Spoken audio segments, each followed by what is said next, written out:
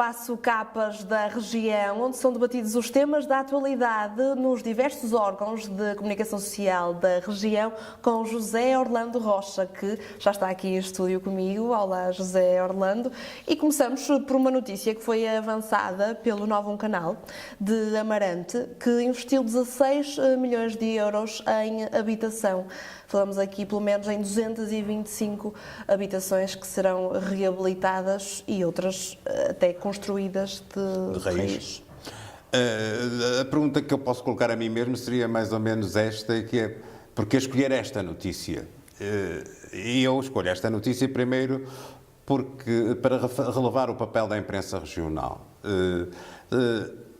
Nós, se abrirmos a televisão diariamente, o nosso raciocínio normalmente é conduzido pela superfície das notícias, pela tona das notícias que nos passa pela frente, e que aquele centralismo, aquela bolha mediática centrada sobretudo nos órgãos de comunicação social nacionais, nos arrastam para pensamentos únicos, esquecendo ou tornando muito ténues e momentâneos alguns dos assuntos que mais interessam à vida, ao dia-a-dia dos portugueses. A imprensa regional tem esta virtude em cada vez que nós vemos uma capa do jornal, quando os órgãos de comunicação social não são meros panfletos dos gabinetes de comunicação das autarquias, conseguimos, mesmo nessas circunstâncias, às vezes encontrar notícias importantes. Para mim parece-me extremamente importante esta notícia da Câmara Municipal de Amarante, que toma a iniciativa de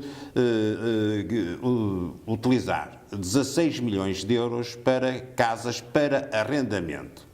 Ora, isto traz-nos, se nos lembrarmos bem, há poucos meses atrás, nomeadamente na campanha eleitoral que levou à eleição deste governo, que podia ter sido outro, mas levou à eleição deste governo, um dos temas principais foi a habitação. Passados estes meses, pergunta-se: os problemas da habitação foram resolvidos? Ou não? É evidente que não. A tona dos dias, a voracidade da comunicação já tirou isso para as calendas gregas, e um dia destes voltará a ser notícia. Entretanto, as dificuldades dos portugueses foram resolvidas, esses problemas não foram. E eu queria pegar neste exemplo da autarquia de Amarante para me servir dele e chegar a esta conclusão. Qual é o grande problema que neste momento a classe média, sobretudo, mas não só, mas a classe média enfrenta? É a dificuldade de aquisição de habitação, quer nos grandes centros, quer nas zonas suburbanas.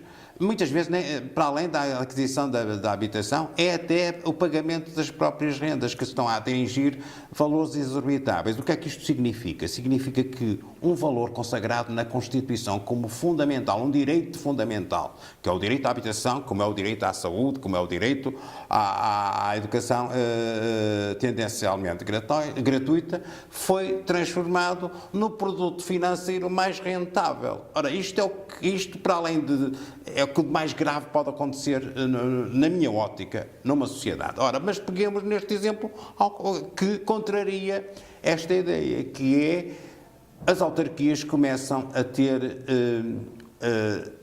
podem ter um papel importante. E devem ter esse papel importante, sobretudo. Acho que sim. Acho que o facto do país, isso é outra questão. É a questão de quantas autarquias há no país, se há muitas, se há poucas, se houvesse metade, se não era melhor. Sim. Essa é outra questão. Mas este pode e deve ser uma das funções das autarquias, que é atuarem como reguladores do mercado nestas circunstâncias. Não se substituem ao mercado.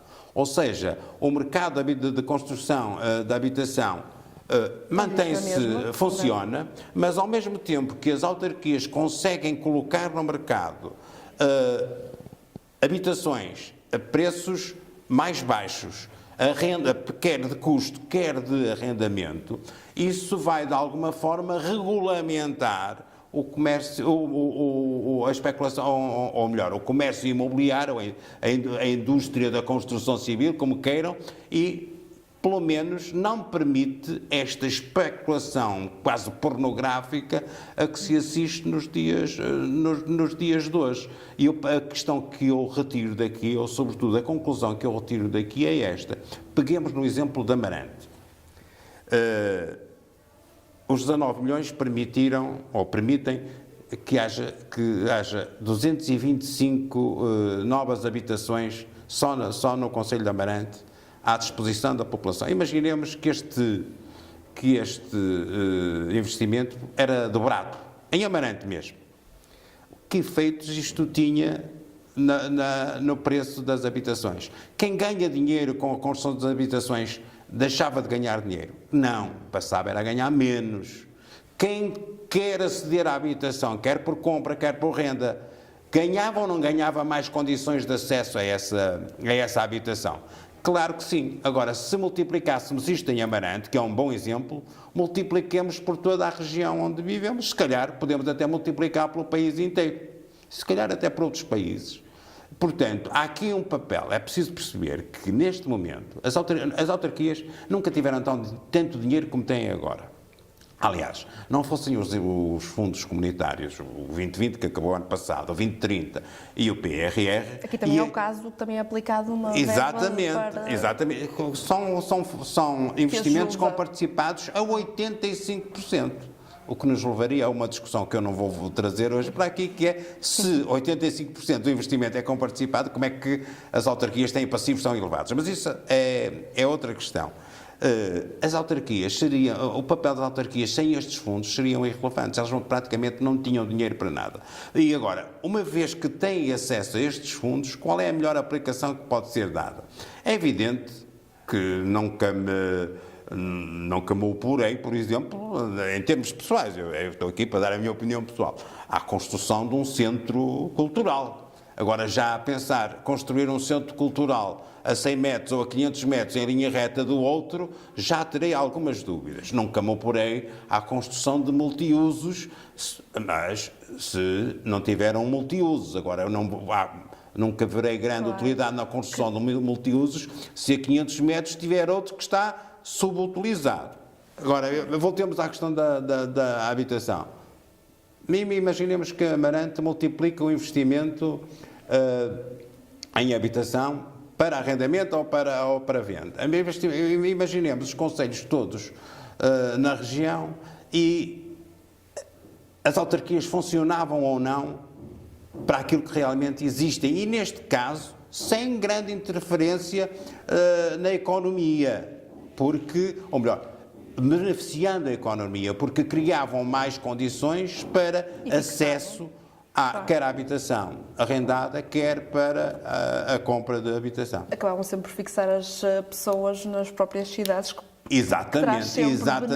E se este problema se põe aqui, imaginemos nos grandes centros.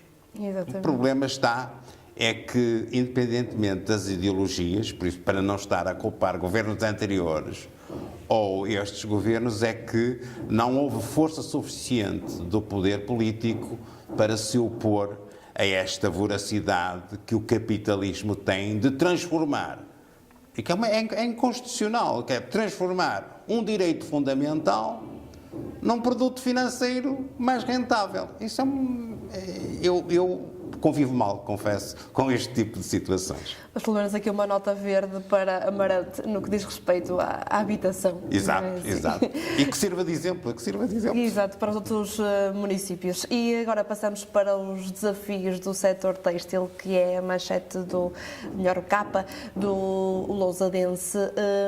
Fala-nos aqui um bocadinho na concorrência do fast fashion, das compras online, tudo o que é fácil e mais barato. E agora a ver as confecções, como temos tido números muito grandes de confecções de indústria têxtil a fechar. É aqui uma balança. Em programas anteriores e também com base em capas de órgãos de comunicação social local ou regional, nós já tínhamos abordado este problema no que dizia respeito às confecções, portanto, ao setor têxtil. Mas parece-me que, neste momento, o problema já não se põe só em relação ao setor têxtil, põe-se em relação à indústria do calçado, põe-se em relação ao setor do mobiliário. Este ano ainda não há dados oficiais, mas é seguramente um dos anos em que começaram de novo a fechar mais empresas nestas áreas, a fecharem ou a entrarem em layoff, quer no imobiliário, quer nos têxteis, quer no calçado. E se a indústria de calçado, de alguma forma, estava, digamos, nós olhávamos já para a indústria do calçado como uma indústria competitiva a nível mundial, dada a qualidade do produto e até, digamos, às vantagens comparativas que o nosso calçado oferecia, nós hoje começamos a ver que esta realidade vem sempre ao de cima, que é a fragilidade do tipo de indústrias que dependem muito das encomendas. Ora, e quando essas encomendas diminuem, e quando as economias europeias, principalmente as maiores economias, como são o caso da Alemanha ou da França, tendem a estagnar ou até a entrar em recessão, e porque o modelo de indústria que existe é um modelo que assenta apenas na encomenda que é feita, ou seja, é apenas na exploração da mão de obra, porque quer a matéria-prima, quer o produto final, apenas transitam por essa indústria que é procurada por essas multinacionais, porque a mão de obra é barata. Portanto, há aqui uma fragilidade que toma o efeito da bola de neve. Basta haver algumas pequenas, digamos, alterações no sentido de alguma estagnação das economias europeias. E eu penso, esta preocupação já tínhamos manifestado noutros programas, e penso que o ano de 2025 não vai ser um bom ano para nenhuma destas indústrias. E, mais uma vez, o PRR aqui podia ter entrado em ação. Ou seja, é isso que está a acontecer, não está a ser bem aplicado os fundos que há direito. Quer dizer, eu acho que nós não podemos, neste momento, fazer uma análise concreta e pelo menos com alguma justeza, sobre quais serão os efeitos da aplicação do PRR. Eu entendo que, pelo que ouço e pelo que leio, que o nosso modelo económico é um modelo económico frágil, na medida em que assenta sobretudo na exportação de produtos como o turismo, e as nossas grandes empresas, se vir, são as empresas de distribuição. Portanto, nós não temos um modelo económico que assente em empresas que gerem mais-valia, que não sejam tão dependentes, ou que sejam empresas de ponta e que não sejam tão dependentes do tipo de economias exteriores.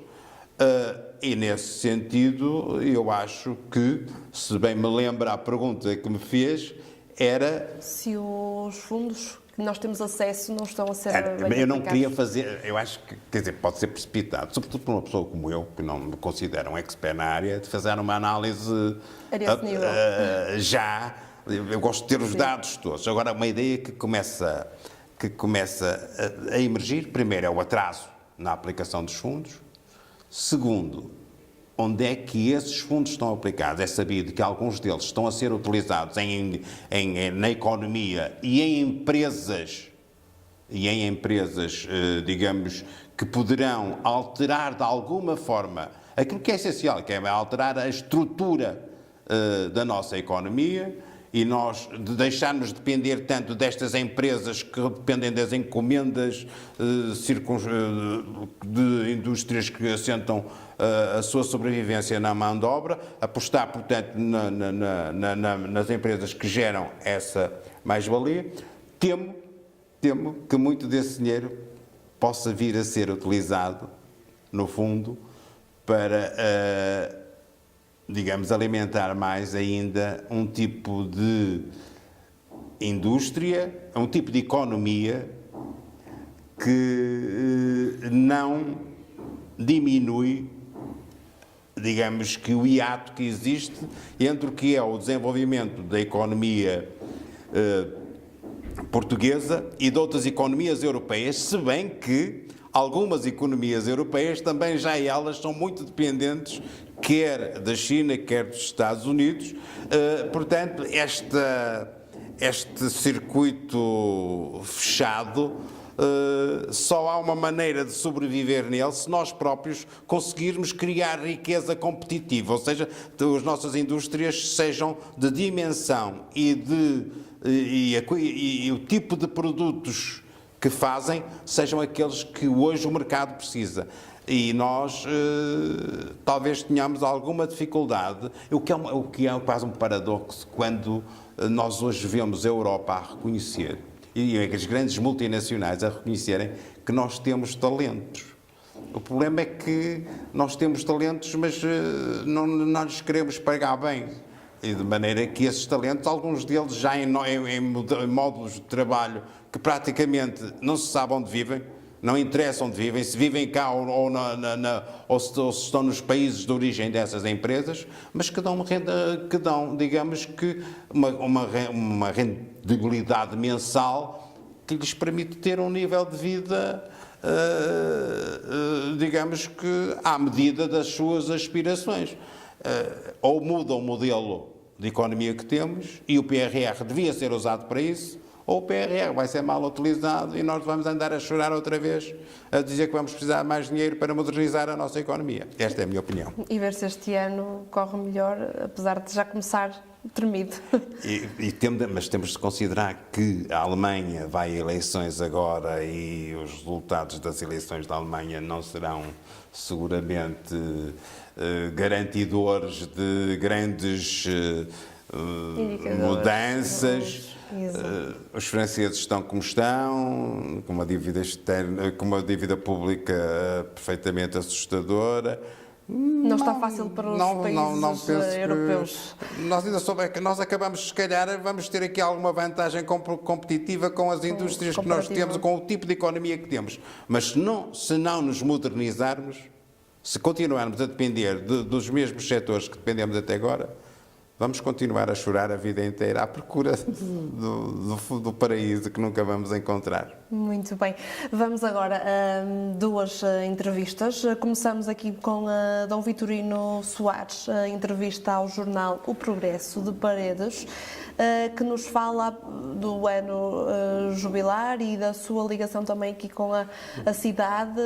O que é que destaca desta entrevista? Ora, são duas grandes entrevistas, uma penso que é do Progresso de Paredes, feita ao Dom Vitorino Soares, que é o Bispo Auxiliar do Porto, e uma outra grande entrevista no Progresso de Paredes, feita ao atual Presidente da Câmara, Alexandre Almeida.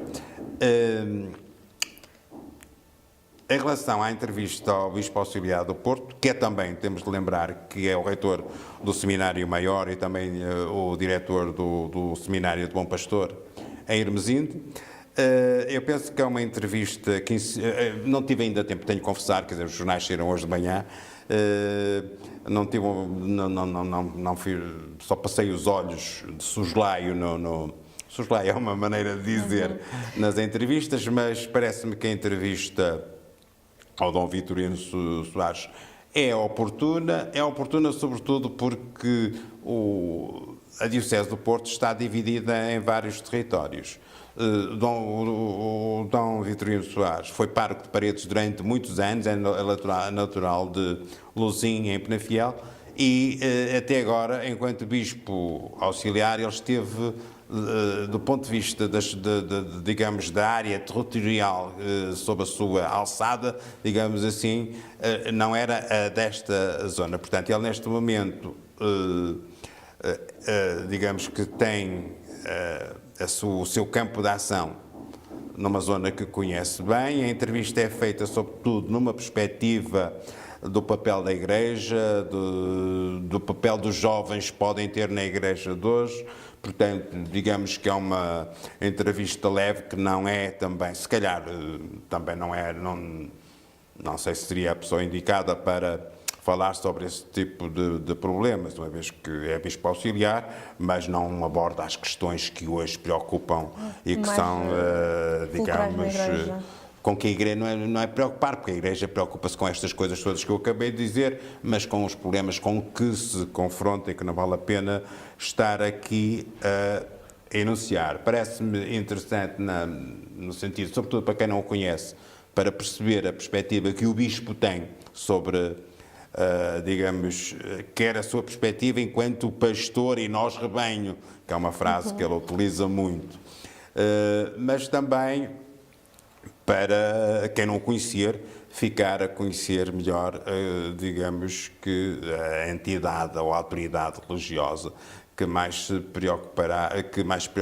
com as almas, digamos assim, desta zona nos próximos tempos. Já agora, e não há parte, porque não é, penso, do conhecimento comum, também o Bispo Auxiliar de Lisboa, que é o Dom Joaquim, resignou ou vai resignar por esta altura, é também natural de Paredes, e penso que seria oportuno, e sobretudo pela atenção que ele dedicou, sobretudo também, embora estivesse em Lisboa, fosse Bispo Auxiliar no Cardeal, e tivesse até a zona mais fina de Lisboa, que era a zona de Estoril, Cascais, aquela zona toda era a zona de grande influência do Dom Joaquim, mas penso que era importante que as pessoas da região tivessem um conhecimento melhor de quem foi este bispo, que nomeadamente chegou a ser provincial dos Salesianos,